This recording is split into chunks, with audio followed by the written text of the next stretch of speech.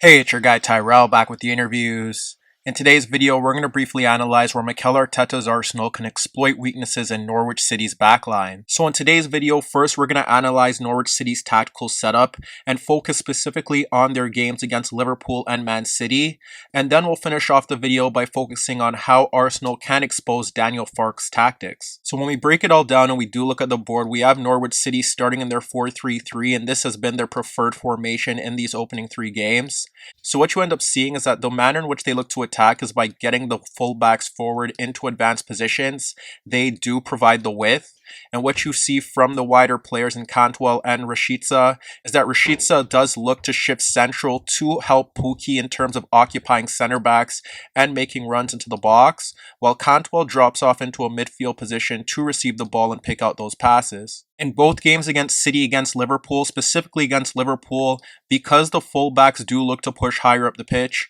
we did witness Pukki looking to make those runs across the center backs in behind the Liverpool backline, and Norwich City did identify some success playing through that route. On the rare occasion where City were unable to regain possession in that midfield zone, you could see Rupp looking to split Rodri and Gundogan to find Cantwell dropping into space between the lines in the halfway circle, and as Rodri looks to shift across to apply pressure, he's looking to instantly play the ball over the center backs for Pukki, but as you can see, both Laporte and Ruben Dias do a very good job of tracking that run to ensure that Pukki can't break free on goal. In the earlier stages against Liverpool, it was Cantwell dropping off into the midfield zone to pick up the ball, and as you can see, Pukki's looking to make an instant run between the center backs to break into right half space as Tsimikas doesn't step forward to close him down, and when he clips that ball over the top beyond Van Dijk, it sets Pukki free on goal, but Matip and Van Dijk do a very good job of tracking back to close him down, and he's unable to beat Alisson from this position. Here you could see Aarons pushing forward down the right channel beyond the Liverpool left back,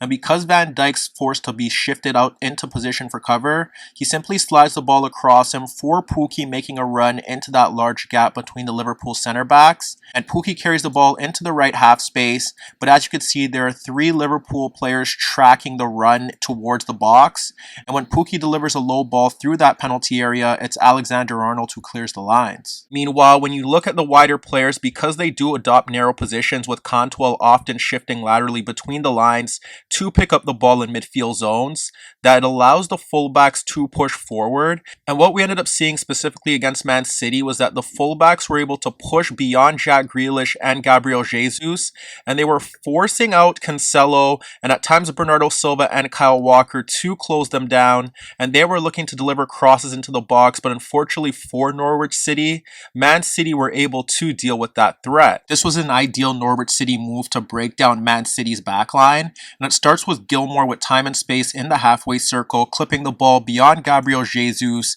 to find the left back pushing forward.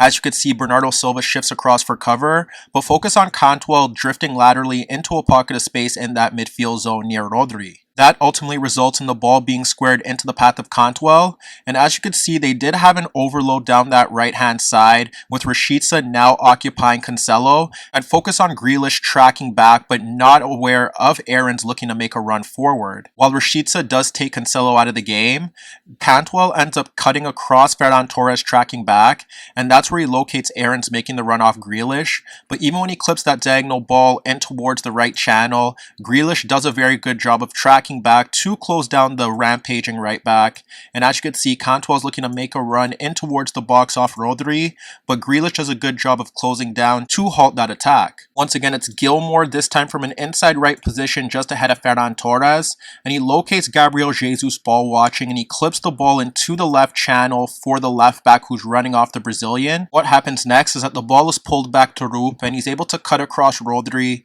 and what you could see is Jack Grealish is caught out of position at the halfway circle, and Aarons is making a forward run into that right channel as Pukki's occupying Cancelo. However, when that ball is switched out into the path of Aarons, Cancelo does a good job of stepping towards him, but Aarons' cross in towards the box is cleared by Walker. However, on the defensive side, what we ended up seeing was that those same wide players that were tucking into central positions to help out in the midfield zone and to assist Pukki with occupying defenders, those gaps were left for City and Liverpool to exploit. When Norwich City dropped off into a 4-5-1 out of possession, the wider players tucked in narrow, and what we ended up seeing was that Liverpool in particular had Van Dijk playing diagonal balls over the midfield bank to place Salah and Mane in 1v1s, or get Trent Alexander-Arnold, who was making runs off Rashica, into those advanced positions. Whereas when we look to City, what they ended up doing was that they had Cancelo tucking into a central position, and that pulled Cantwell into that narrow zone. And what ended up happening was that because they did play in a 4-3-3, that ultimately shifted into a 4-1-5 in possession, they had Bernardo Silva and Gundogan pushing forward to occupying the center backs, and Gundogan in particular was positioning himself beyond Lees Melu just ahead of Aarons, so that took out the right back, and that ultimately created space for Grealish, who was hugging the touchline, to receive passes from Laporte or diagonal balls from Ruben Diaz beyond Cantwell. Here you could see Ruben Diaz on the ball at the halfway line and Pukki shifting across slowly, but Cantwell's caught out of position as he was pressing Laporte, and when you look forward, Ruben Diaz is looking to play the diagonal ball out to Grealish on the touchline because you have Gundogan occupying Aarons, and Cancelo's still free in that inside left position. In the build-up to City's fifth goal, it's Ruben Diaz carrying the ball freely into Norwich City's third, and he locates the run of Mahrez making a run across Mumba to break beyond the Norwich City back line. When Ruben Diaz clips the ball over the top, you could see that Mumba doesn't track his run,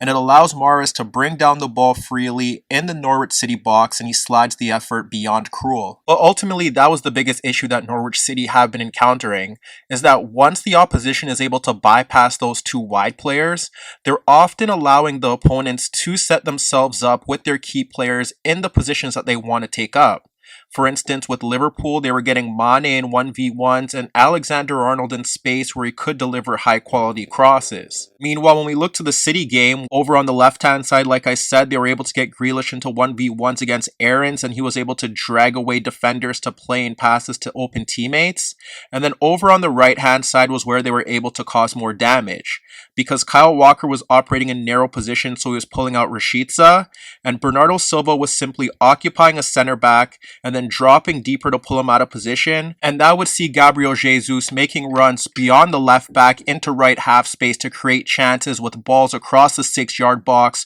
or simple pullbacks. In the build up to City's opener, it's Rodri receiving the ball just ahead of Gilmore ahead of the Norwich midfield bank and back line, and you could see Bernardo Silva occupying his marker, and you could also see Rashica and the left back caught out of position, so Rodri simply scoops the ball over the top to find Gabriel Jesus in right half space, and from this area he's able to fizz a ball through the box that deflects off Krul and into the net. In the build up to Man City's second goal, once again you could see Bernardo Silva dropping off into that midfield zone away from the final third to pull away his marker, and Ruben Diaz is sliding the ball to Walker as Gabriel Jesus is on the outside of the right channel. When Walker receives that ball, he pulls out Rashica, but because Bernardo Silva created that gap with his movement, now Walker could bypass Rashica to play the ball across the left back, and when Gabriel Jesus receives the ball in right half space, he simply fizzes the ball through the 6-yard box and it bounces off Grealish's thigh to put City up 2-0. In the build-up to Man City's fourth goal, it's Kyle Walker in a deep inside right position with Rashica not closing him down, and as you can see, Bernardo Silva's pulling away a center back, and that creates a gap for Gabriel Jesus to make a run off Mumba, who's caught out of position. Walker splits the center back and Mumba, and it places Gabriel Jesus free in right half space, and all he has to do is slide the ball across the center backs for Raheem Sterling to tap the ball into the net. Here you can see Naby Keita ahead of 3 Norwich City players, and Salah's occupying the left back, and that's where Naby Keita is able to scoop the ball over Rashica and the left back for Alexander-Arnold breaking into right half space, and from that position at the byline he's able to fizz the ball through the penalty area, and Liverpool should have added to their lead from that position. Ultimately, the build-up to Liverpool's opening goal followed a similar pattern, this time with Milner dropping ahead of the center backs to get on the ball, and he simply clipped the ball over Rashica for Alexander-Arnold breaking down that right channel, and although he was able to get across to close him down late, it was from that position where Alexander-Arnold was able to deliver a cross towards Salah that eventually fell to Jota. Therefore, when you focus on Arsenal, they don't play in a 4-3-3, but they do play in a 4-2-3-1, and there are some mechanics that could be replicated that were successful against this Norwich backline. For one, down that left-hand side, if you could have, let's say, Ben White and Gabriel play those long passes over the top, which they are capable of doing,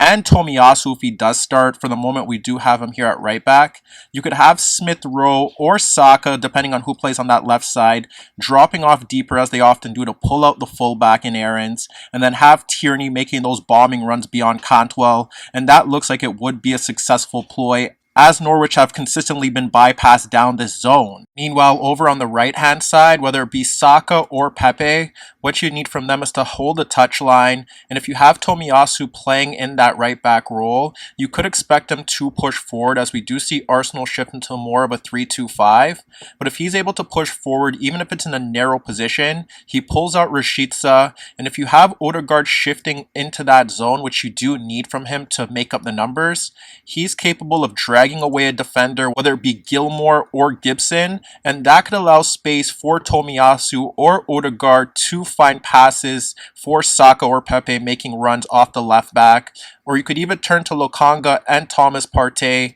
who could be shifting into the half spaces, or one of them should be looking to push forward, specifically Lokonga, to play that ball over the top for the runs of Saka or Pepe. In the case that you would need Saka or Pepe to tuck in narrow to occupy the left back, it creates an avenue for Tomiyasu to push forward, and he's capable of doing that. But even if he adopts a narrow deep position to pull out Rashica, that allows Saka or Pepe to get 1v1s against the left back, and that's where they could look to drift to the byline or cut in central to present a goal threat or serve as a creator. While it's clear that Arteta could shift to a 3-man backline, what we are expecting to see is that he will stick with his 3-2-5 because he has the passers in those center back roles to bypass this Norwich 5-man midfield. And what you'll end up seeing is Saka pulling out errands, and they'll get the width from Tierney and Pepe. And because you do have now Tomiyasu or Ben White playing at right back, that does give them the option to push beyond Rashica. And that's where, similar to Man City and Liverpool and even Leicester City,